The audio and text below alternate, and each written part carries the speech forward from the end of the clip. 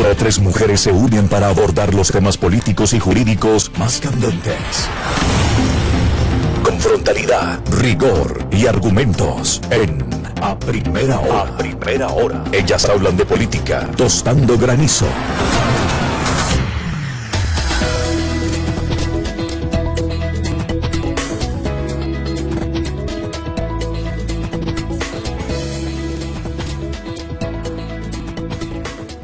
Buenos días con todos, Jimena, buen día. Hoy una nueva entrega de Tostando Granizo, como cada miércoles 8 de la mañana. Creo que hoy no podíamos escaparnos de discutir un poco y alcanzando, ¿no?, lo que queda de ese famoso postdebate. Porque ya, ¿no?, se está terminando, ¿no? O sea, con el fútbol y con algunas noticias, yo creo que se ha difuminado muchísimo más rápido, pero era predecible. También creo que era predecible. Y no quisimos dejarlo de lado porque precisamente hay números importantes que nos indican qué tanto fue este evento visualizado por los ecuatorianos. Se habla de que más de 10 millones de usuarios entre televidentes y cibernautas siguieron este evento, que es crucial para la democracia, que es un componente más para que los ciudadanos puedan conocer las ideas de los candidatos de cara a la segunda vuelta electoral. Pero hoy un poco, Jimena, lo que te invito a que analicemos con las personas que nos están escuchando es realmente si se discutieron los temas de fondo o si únicamente las acusaciones mutuas que se dieron en esta escena fueron las que se llevaron el sabor o finalmente las conclusiones del debate. Hubo confrontación entre Daniel Noboa y Luisa González. Los titulares precisamente de lunes y martes, y yo diría que hasta ahí, de lunes y martes estuvieron encabezados por algunas de las frases punch, ¿no?, de las frases con efecto que se dan, de los golpes que se dan ese día. Hubo acusaciones de corrupción, hubo acusaciones horribles de narcotráfico, de polémicas, pero nuevamente, y creo que es un poco la constante en este tipo de eventos, se tocaron los temas verdaderamente importantes para el país. Se tocó el cómo, se dieron algunas ideas de cuál sería ese plan ya en acción que podrían tener los candidatos y cualquiera de los candidatos de llegar a Carondelet. Estamos a escasas 3 semanas de que se dé la segunda vuelta electoral y creo que este postdebate ya agotándose, como tú lo decías, Jimena, yo creo que lo que debemos intentar que nos quede es precisamente qué tanto se discutió de las propuestas y de los grandes problemas que tiene el país. Más allá de las promesas, creo que tenemos que hacer un ejercicio democrático por mirar cuáles son estas grandes agendas que tienen los candidatos, cuáles son también algunas de las coincidencias que podríamos identificar en ellos, porque Ecuador, al ser un país con tantas necesidades, también con tantas desigualdades, necesita ser atendido de manera urgente.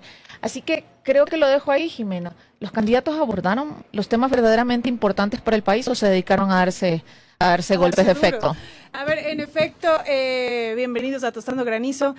El debate electoral, y ya mucho se ha dicho en el postdebate, o no, por lo menos se ha comentado en redes sociales, la falta de propuestas en el debate y la mayor cantidad de confrontación, ¿no? Que me parece que era predecible, Anita, que haya confrontación entre los dos candidatos a la presidencia, pero parece que la confrontación de alguna manera sí tomó, digamos, un mayor protagonismo versus las propuestas.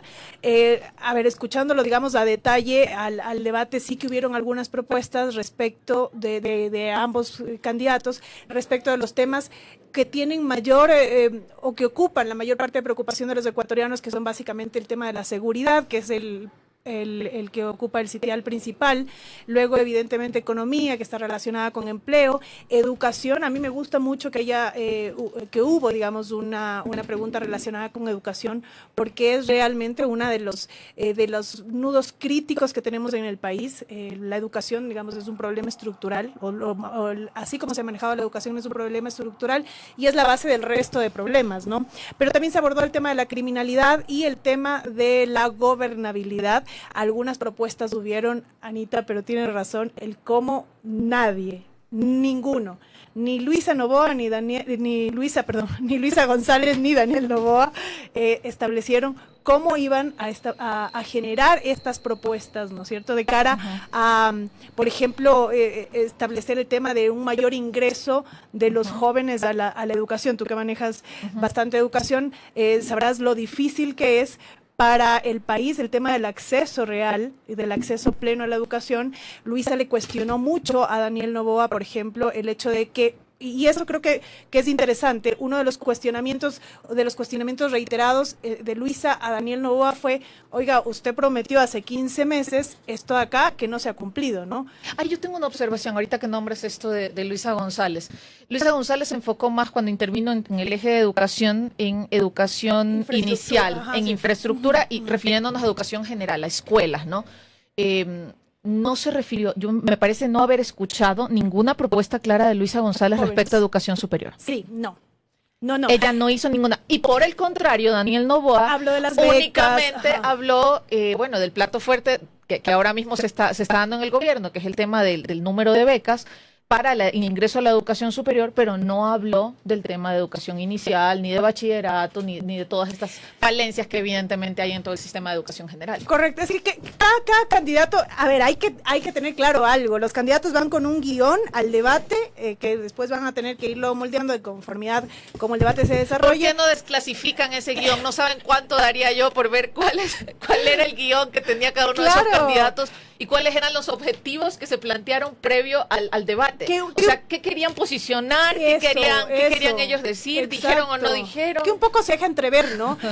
Por ejemplo, Luisa González a mí me parece que claramente quería posicionar en el tema del eje de educación la falta de infraestructura que tienen las escuelas. Sí, repitió algunas veces esto de que supuestamente se cobraría a los padres de familia para poder hacer las adecuaciones en las escuelas. Es un tema que quería posicionar y ahí, claro, me parece que también no hay que perder de vista a propósito del tema de la conversación de hoy, que son mejores y peores momentos, a quién le hablaba cada candidato, ¿no? Es decir, cuál era el público al que estaba apuntando.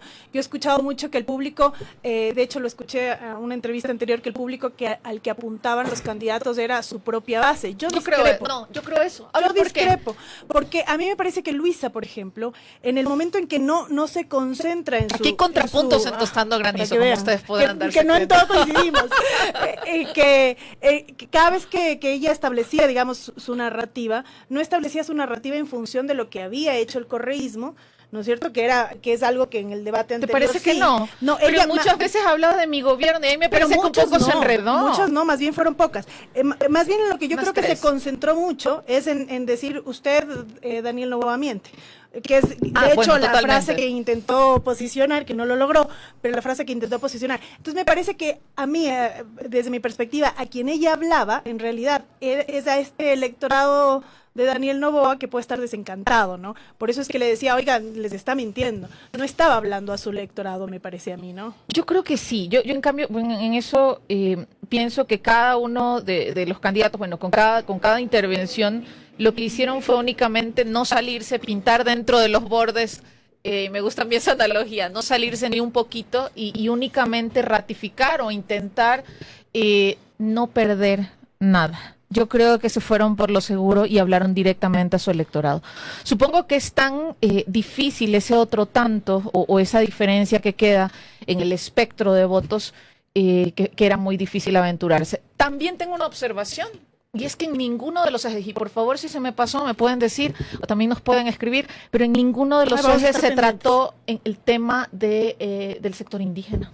No, faltaron un montón de temas. Pero ¿no? Jimena, nada. Y cuando se supone que ese es el 5% más deseado, y ni siquiera mandaron un guiño, un mensajito, algo. Educación intercultural, sí.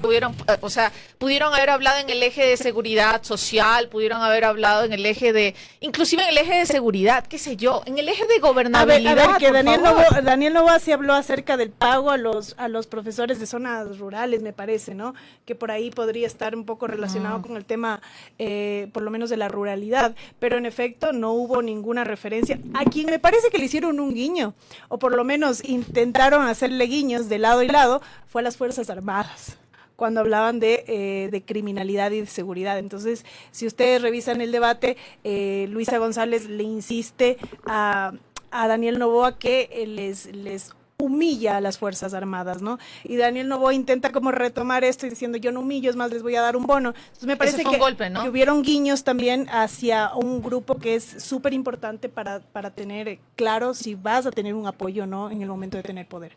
Yo también quería hacer una reflexión sobre esto que decíamos, que no se trata el cómo. A ver, esa es la primera crítica que yo hago. Cómo no se explica cuál es la ruta, cuál es la estrategia para lograr los objetivos o para lograr estas ofertas de campaña o estas promesas que no que había se mucho hacen. tiempo tampoco, ¿no? Sí, pero nadie se aventuró a abordarlo. Sin embargo, yo también debo decir que a mí no me molesta en un debate ver este despliegue de personalidades y ver estas que nos permitan mirar, sentir cuáles son estas características en los perfiles y en el carácter de cada uno de los candidatos. Eso es precisamente, hay gente que se queja de eso, pero para mí eso es precisamente lo que te debe permitir el debate, Jimena, porque si no, mande por escrito, se publican en la prensa en un día de máxima difusión, qué sé yo, y se publica de arriba abajo cuáles son las ofertas de cada uno. Tiene que haber ese tipo de intercambio, ¿no? Sí. Tiene que mostrarse si el candidato o la candidata tiene facilidad de palabra, tiene que evidenciarse si ellos respetan a su oponente. Tiene que notarse cuál es la personalidad de ellos, si insulta, si respeta, si esta persona tiene capacidad de respuesta. También es estudiado, ¿no? Así como hay un guión respecto a los temas que vas a posicionar, también hay un guión respecto a la imagen que vas a mostrar, ¿no? Incluso la forma de vestir, y esto es parte de la comunicación política, la forma de vestir, el que Daniel Noboa haya llegado sin corbata, tiene una razón de ser. E incluso que Luisa González se haya mostrado, digamos, un poco más... Yo pensé que Luisa González se lo iba a decir. Le iba a decir no se puso corbata. Sí, pero no porque me imagino que no quería caer precisamente en la provocación. Pero esta actitud de Luisa González, que mucho también ha sido criticada, o algunos, respecto a algunas personas ha sido criticada, también es una forma de mostrar un arquetipo, ¿no? Que es que se le ha criticado a Luisa como de alguna manera muy sumisa, aparentemente, ¿no es cierto?, a Rafael Correa, y lo que intentó mostrar en todo caso es una Luisa mucho más aplomada, ¿no? Mucho más, digamos, metida en el papel de tomadora de decisión. Me parece muy interesante y creo que esos son precisamente esto que estás diciendo, Jimena, porque creo que esas son las pinceladas que debemos nosotros intentar decodificar, y la ciudadanía en general, luego de que transcurra un evento de esta naturaleza y tan importante como es un debate presidencial. Para mí sí importa, sí es relevante el poder ver el carácter, el poder ver si se miran a los ojos. El míreme a los ojos o míreme a la cara, no puede. O también, por el contrario, no mirar o referirse demasiado o exaltarse. Creo que son rasgos importantes de personalidad que nos permiten también a los ciudadanos, a los electores, poder tener mayor noción de cuál es el perfil que estamos nosotros escogiendo para que dirija el rumbo y el destino de nuestro país en los próximos 4 años. Por eso es que el debate es una vitrina, ¿no? Después de todo es una vitrina para poder mejor elegir a quién va a ser presidenta o presidente de la República. Importante también, Anita, tener claro los golpes que se dieron, que también es algo que ocurre en los debates y que tiene que ocurrir, tienen que haber, porque un debate es una especie de litigio. Bueno, quienes somos abogados entendemos mucho eso. Y que la ciudadanía finalmente nunca nos conformamos, ¿no? Si no hay estos golpes decimos no, le faltó sal, le faltó picante. Tiene que haber, pero si hay muchos decimos solo se dedicaron a eso. No, deben haber. Y los golpes fueron de lado y lado, ¿no? Vamos a hablar un poquito de los golpes. Creo que el primer derechazo que da Luisa González es sin duda alguna el antidoping, ¿no? Esta invitación a hagámonos un examen, que incluso fue replicada por medios internacionales y que resultó, a mí me parece que el primer gran golpe del debate. Feo, ¿no? Feo, se deja ahí puesto algo medio turbio, y sí me parece que fue una acusación importante. Muy importante. Luego, es compleja. Sí, es compleja. Luego yo creo que hubo debilidad, y esto antes de que se me pase, Jimena, hubo debilidad en el tema de las preguntas cerradas. Yo y quienes han seguido y quienes son permanentes en los programas de Tostando Granizo, saben que nosotros sí hablamos un poco Anita del otro debate. Las preguntas cerradas. ¿Me escucharon? Y sí, a mí sí me gustan las preguntas cerradas. Las preguntas cerradas porque te llevan al clinch. Porque te permitieron dar el golpe. Claro, te llevan al clinch. Pero yo creo que Daniel Noboa fue muy bien preparado en las preguntas cerradas. Tengo que decirlo. Preguntas cerradas que pusieron en el clinch a Luisa González. Más bien, creo que Luisa González, esas preguntas cerradas, fueron todo menos cerradas. O sea, eran preguntas que se quedaban ahí eran repetitivas completamente. incluso, ¿no? Se quedaban abiertas, con feeling de ella, cuando la pregunta tenía que ser súper confrontativa. Claro, y ahí los golpes que asestó Daniel Noboa a Luisa González en las preguntas cerradas fueron básicamente la designación de Ronnie Aliaga en el CAL. Golpe, porque ya venía además nombrándolo a Ronnie Aliaga desde el inicio. Y todavía que ella lo emocionó. Exacto. Entonces, golpe, bien esa pregunta cerrada. El reconocimiento de Venezuela, que era algo evidente que iba a ocurrir, ¿no es cierto? Pero que terminó siendo un golpe porque puso a Luisa contra la espada y la pared para optar por el sí o el no. Yo supongo tajante. que esa la llevó recontra preparada, esa respuesta. Esa pregunta era obvia, ¿no? Que se iba a dar. Sí. Y de hecho la forma en la que la justifica, que es una forma un poco, digamos, atacando al tema de la migración, también ha dado mucho de qué hablar.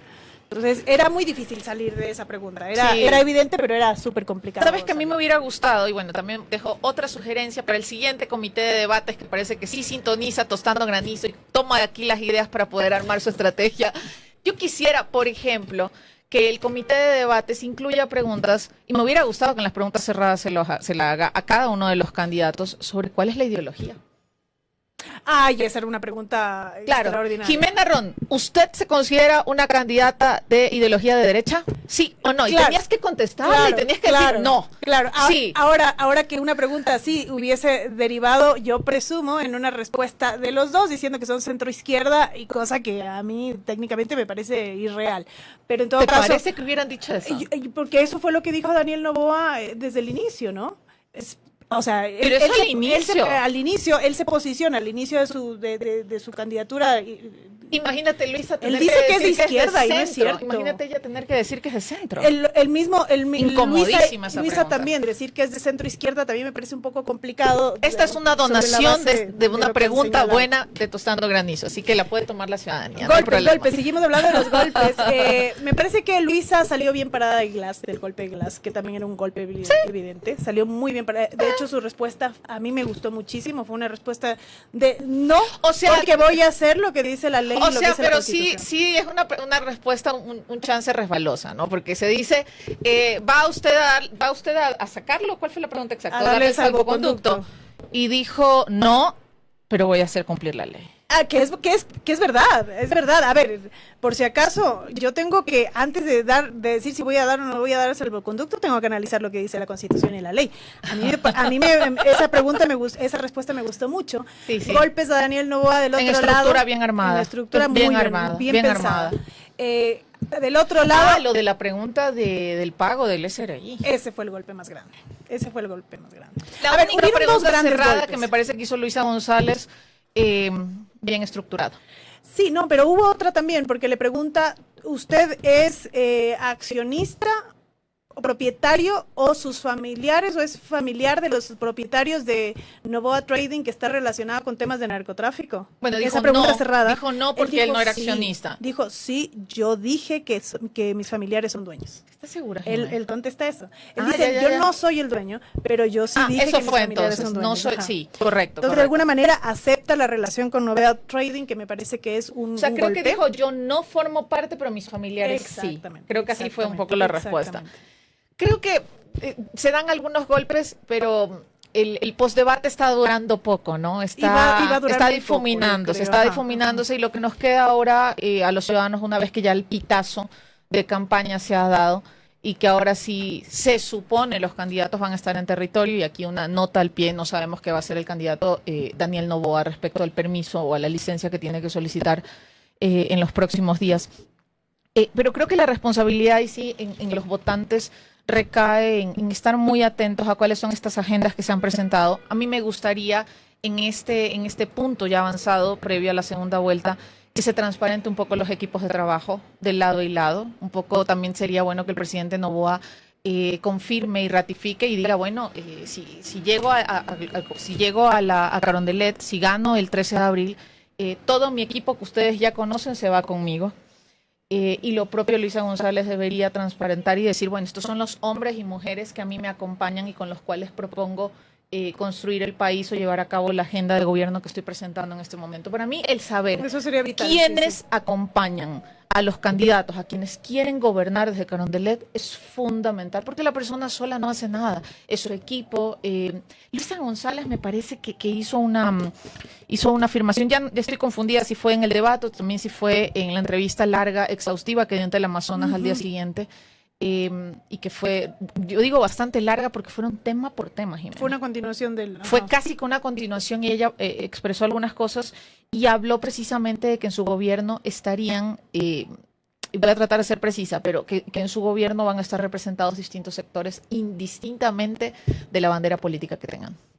Y esto no es menor. Eso es importante, porque además quien quiera gobernar, Anita, me parece que independientemente de si es Luisa hoy día estoy cruzando los cables, Luisa González o Daniel Noboa, tienen que tratar de generar una gobernabilidad en función de unir a ciertos bloques políticos, ¿no? A ciertas organizaciones. Y desmitificar eso, ¿no, Jimena? Desmitificar, sociales. Porque la ciudadanía...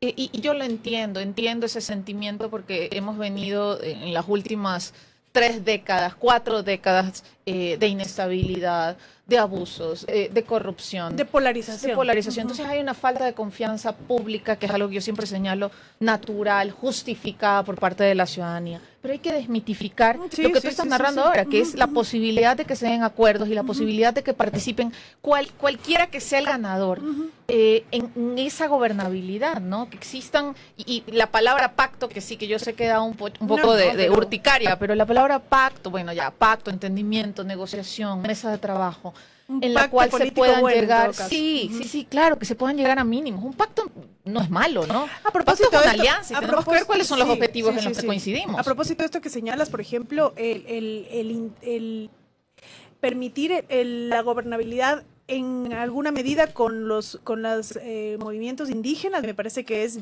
importante, ¿no? Sine qua non para los dos. ¿Por qué? Porque hemos sido testigos de que el movimiento indígena tiene un porcentaje importante de población, tiene un poder importante, además, ven que ahora estamos prácticamente a la espera de esa votación, de manera que no puedes dejar afuera a un grupo tan importante del proceso de gobernabilidad. Hay otra cosa que a mí me molestó un poco y es, ya refiriéndonos un poco a la forma del debate y que no quería dejar de decirlo, es demasiado papel para los candidatos. Yo creo que los candidatos deberían mostrar, a ver, estamos hablando, señores, señoras, la persona que quiera ser presidente del país, yo lo siento, pero debe ser una persona, un ecuatoriano o una ecuatoriana con facultades extraordinarias. Y cuando hablo de facultades extraordinarias, me refiero a un gran dominio de las realidades y de los problemas profundos que tiene el Ecuador. Y de la retórica. Por encimita, sí, por supuesto, pero no por encimita. Necesita saber de cerca, necesita saber cuáles pueden ser estas alternativas. No conocer todas las cifras, pero ya demasiado papel. Al inicio me parece que la candidata Luisa González tenía demasiado papel, lo propio el candidato Noboa. E incluso me parece, yo decía esta palabra, se traspapelaron, ¿no? O sea, se les perdió algo y se buscaba y se sacaba una carpeta y se subía. Y me incomodó un poco, me incomodó. Creo que debería ser sin papel, debería ser un podio transparente, de cristal. Te juro, deberían estar... Yo también creo, porque incluso si ustedes analizan el debate, yo les estoy invitando a analizar el debate, incluso para la presentación hacen lectura de documentos. En el saludo. Estás presentando. No, entonces, ustedes pues ven, por ejemplo, Daniel Noboa toma documentación para leer la presentación. Entonces, como si vas a leer cómo te vas a presentar, entonces el resto del debate va a ser leído absolutamente. Y si hay algo que le criticamos a los legisladores, Anita, que también ha trabajado en la Asamblea Nacional, no me dejará mentir. Si hay algo que se le critica a los legisladores cuando van a los debates legislativos o parlamentarios, es que leen su discurso. Y preguntas despegadas o desatinadas que no van con la dinámica que se está dando. El que se hagan las preguntas cerradas o las reacciones que se hacían, las réplicas y las contrarréplicas que se hacían, estaban completamente despegadas de lo que se estaba hablando en el momento. Habían llevado la pregunta hecha, no está mal, por supuesto, vaya estudiando. Claro que sí, plantee posibilidades.